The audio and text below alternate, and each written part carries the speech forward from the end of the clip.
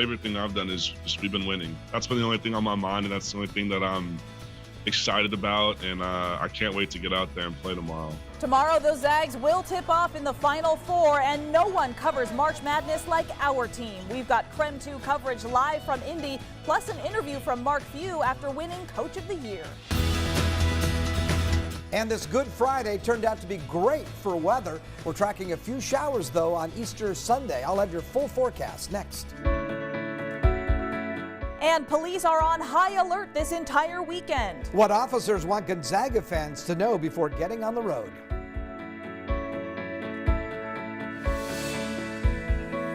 Well, good afternoon, everyone. Thank you so much for joining us here today. I'm Whitney Ward.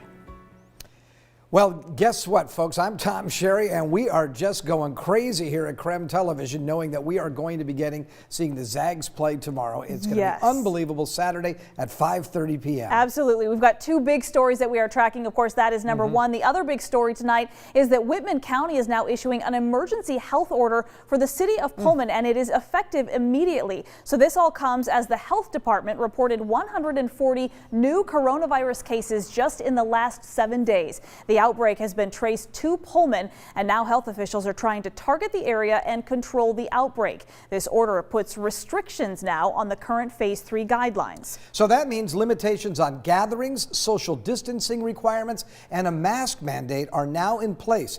Outdoor social gatherings are not associated with weddings, funerals, or religious services that cannot be more than 10 people. 6-foot social distancing must be maintained. Masks must be worn unless physically unable to do so, or you're under 2 years of age. The order comes from the guidance from the Washington State, the CDC, and after the local health officers review, Whitman County Public Health is watching the situation closely, and they say they will reevaluate the orders as necessary. And as Tom said, our other big news story today is also this one. The Spokane Fire Department working to rescue a commercial tree trimmer. This is happening on Spokane's South Hill. And according to the fire chief, that man was working on a 100-foot tree near the intersection of Rockwood and Helena when his chainsaw kicked back on him. We're told he has significant injuries and was actually going in and out of consciousness, so he couldn't get down on his own. A full rescue team has now been called in to get him down safely, and we will have more on that story as it continues to develop. But we certainly want to devote our attention to this. We are now less than 24 hours away, or almost exactly 24 hours away, from the Final Four matchup between Gonzaga and UCLA. It's tomorrow night at 5:34. So this is a live look over the city of Indianapolis this evening. Remember, you can watch the entire game unfold right here, and you can only watch it on Creme 2. And so it goes for the undefeated Gonzaga men's basketball team. The road to the finals ended with a perfect season, 30-0.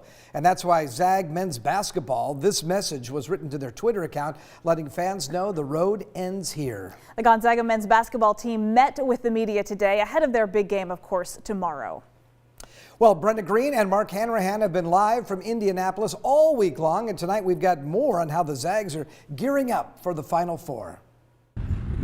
Yes, good evening from downtown Indianapolis, where we are now just 1 day away from Gonzaga taking on UCLA in the Final Four. Yeah, and I spoke with the team today. They made one thing very clear. They are laser focused. If someone would have told you before the year you guys would go into the Final Four undefeated, what would your reaction have been? I would have laughed. I would have just absolutely laughed. Mark Few has laughed all the way to the pinnacle of the sport. Today he was awarded 2 National Coach of the Year awards, one of which was from the National Association of Basketball Coaches. He says that award is particularly sweet. Well, man, it is a huge honor. It's a special award because it is from the coaches, and yeah, it's something I'll really cherish.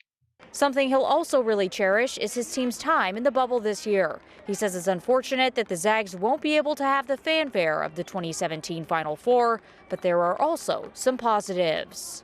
The flip side of it is, man, I mean, we're so focused and there's no distractions. None of us are having to worry about tickets and worrying about trying to connect with our families around the schedule that we have. So you get some great camaraderie, you know, as if we need it anymore, but it's been great to have it, of just all of us together. on this, and that's all we got. If there is anyone on this team who's had a breakout tournament, it's Drew Timme, but he echoes Few's sentiment. The best thing about this run for him has nothing to do with himself. Favorite thing I've done is just we've been winning. That's been the only thing on my mind, and that's the only thing that I'm excited about, and I can't wait to get out there and play tomorrow. And that brings us back to being undefeated. These Zags right now are just aiming to go 1-0 on Saturday. We're not focusing too much on what we have done. The mission's in front of us, and we got a lot we can work on and get better on. So we're focused on this game coming up with UCLA, and that's the only thing on our mind right now. Now, Mark, I don't know if you noticed in that piece, but Drew's Fu Manchu, nowhere to be seen. It's been grown out into a beard, so the media had to ask, what's going to happen come Saturday? He said, well, my facial hair kind of has a mind of its own. Oh. I let it do what it wants, so we'll just have to wait and see. Gonzaga and UCLA have played twice in the NCAA tournament, once in 2015 and, of course, once in 2006. That 2006 Sweet 16 loss is one of the, if not the most heartbreaking loss in Gonzaga history. Well, today I spoke with a member of that GU squad, Derek Ravio, about that experience and what he says Gonzaga needs to do to win tomorrow. And that's it!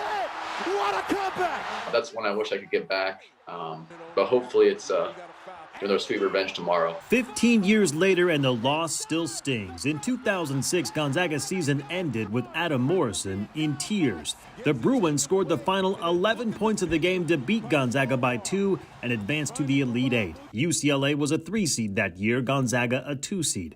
Derek Ravio was a junior and ran the point for the Bulldogs. UCLA kind of had that momentum going. We were in control most of that game, and I feel like we kind of took the pedal off the gas a little, and we weren't as aggressive and not as in attack mode, and a lot of things went right for UCLA, and it just unraveled. 9 years later, the Bulldogs and Bruins met again in the Sweet 16. This time Gonzaga took care of business, beating UCLA by 12 to advance to the Elite Eight.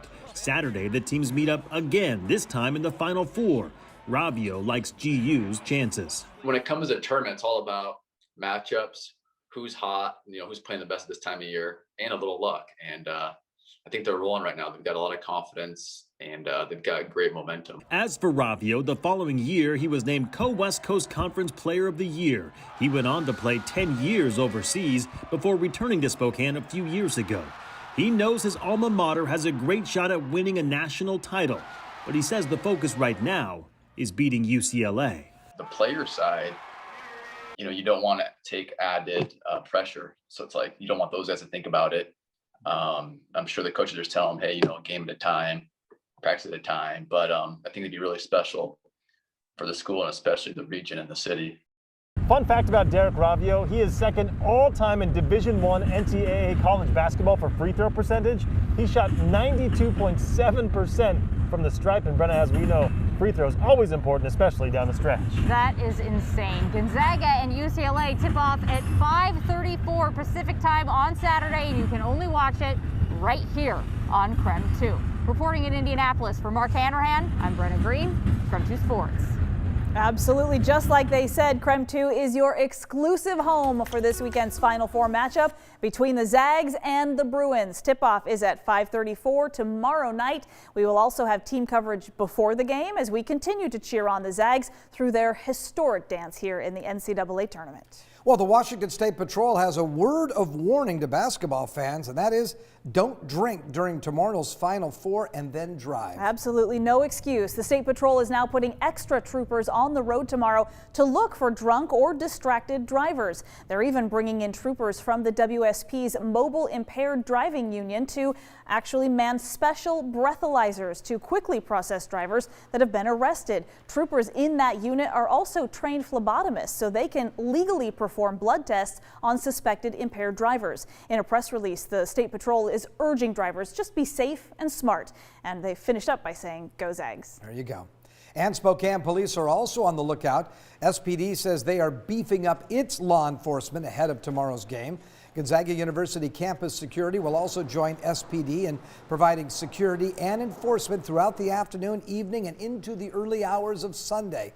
They want to remind people to have a designated driver. All right, I think I just saw snow in that video. I'm really thankful we don't have to deal with that. No snow in the forecast, right? No, but we may get some rain showers by the time Easter Sunday rolls around, but that's kind of typical. Mild temperatures early this evening. It'll be a mostly cloudy weekend, breezy on Easter Day, and then I said also a slight chance of some showers, probably from mid-morning into the afternoon. Right now, mostly cloudy, still comfortable though at 61 degrees. You can see the wind out of the southwest at 17 miles an hour. Satellite and radar picture, Pacific view, as you can see, we've still got that nice southwesterly flow, but again, that will begin to suck in more moisture out of that low pressure system in the Gulf, and that's why we think we're going to see some showers actually drop down from Canada into the panhandle of Idaho and eastern Washington by the time Sunday rolls around. Pretty comfortable though, temperature-wise, 62 on Saturday and 58 expected on Sunday. Sounds pretty good. Thanks very much. Well, new at 6 o'clock, through the power of TikTok, millions of people around the world now know the story of Newport, Washington native Jason Fox. Yeah, the 19-year-old was killed last fall, but his trial continues getting pushed back. Now people from all around the world are working together to continue bringing attention to this case. Tomorrow, the first ever Pride event in Fox's honor is being hosted in Newport. Our Morgan Trow has been covering this case for more than 6 months and says potentially thousands of people will be attending. Coming up at 6 tonight on KREM 2 News, we'll tell you who's coming and what they're hoping to accomplish.